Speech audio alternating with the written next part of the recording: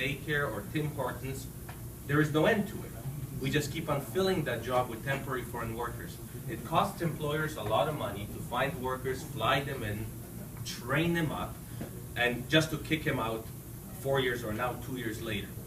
These workers, and bless their hearts, they don't spend a lot of money in Canada because they ship all their money back home because they have a family, and a large family to support back home. And I can tell you stories about it. I was in the Philippines volunteering over there, and so I've seen what they live like and how much they depend on the money.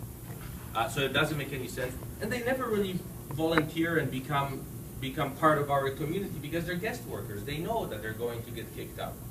So there is an issue with that, because if you ask federal government right now, how many temporary foreign workers whose work permit and visa expired actually went home, they know the answer, but they will be very reticent to share that answer with you, because we know that many temporary foreign workers actually never live. They go underground and they work for cash. And that makes them very vulnerable, and they get abused, and that's simply not right. But second part of it is this. Look, these are not tools that we're borrowing from a developing country, where we bring them in, we work them really hard for 2 or 4 years, and then we kick them out just to bring a newer tool. That's not what Canada's tradition is. That's not who we are. That's not how this country was built. And I've been negotiating on this file because no matter what ministry I was, somehow this file was always attached to me one way or another, with Prime Minister's office directly, with the Ministers of Immigration offices directly. And I came to realize that having these negotiations actually, never mind is not productive, it turned out to be very counterproductive, because any and all decisions made on this file but by our federal government were actually counterintuitive to what we need, opposite to what Alberta needs. And you know what, I don't underestimate our Prime Minister and the Minister of Federal Immigration. They're very bright people. Both of them, well, now he's Minister of Industry. Both of them are from Alberta. They understand the issues. But the fact is that there's political pressures. Ontario wants the opposite. Ontario has a very high structural unemployment. They have, I'm being told right now, approximately 350,000 workers working for cash. Workers whose visas and passports and work permits have expired, and they're cash workers. Last thing Ontario wants is more workers. They have a very large immigration population, predominantly recent refugees, that are putting a lot of pressure on federal government to expand their refugee programs and expand the family class programs. So they do not want to focus on workers. I know that in Alberta we can do both. So my position is this, you know, enough of this playing around with numbers of provincial nominees, add 50, add 100, it just doesn't address the issue.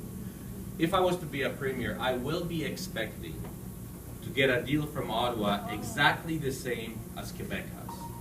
Quebec has an autonomy over immigration, and in most Canadian embassies abroad, government of Quebec has its own immigration officers. Quebec immigration officers.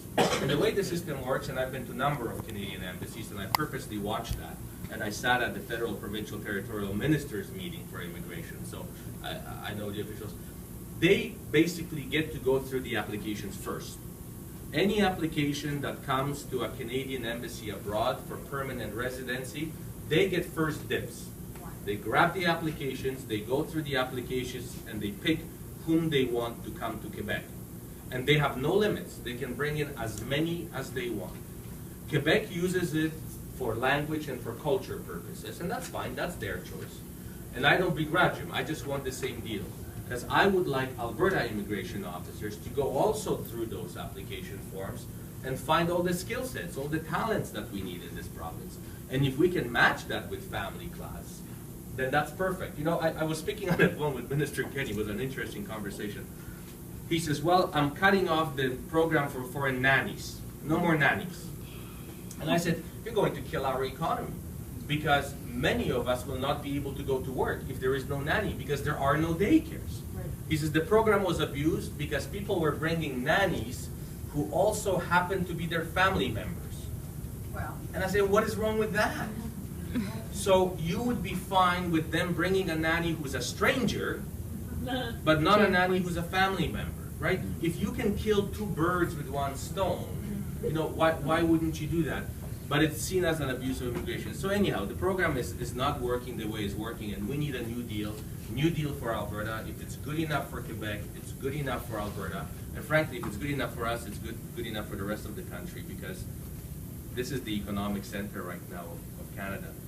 So that is what I'm sharing with Albertans wherever I travel. These are the kinds of conversations we're having, and this really is my platform. If you want to look up in detail on any aspect of it, you will find it on my website. But enough from me. Why don't I open myself up for questions if you have any, and I'll gladly try to answer them the best I can.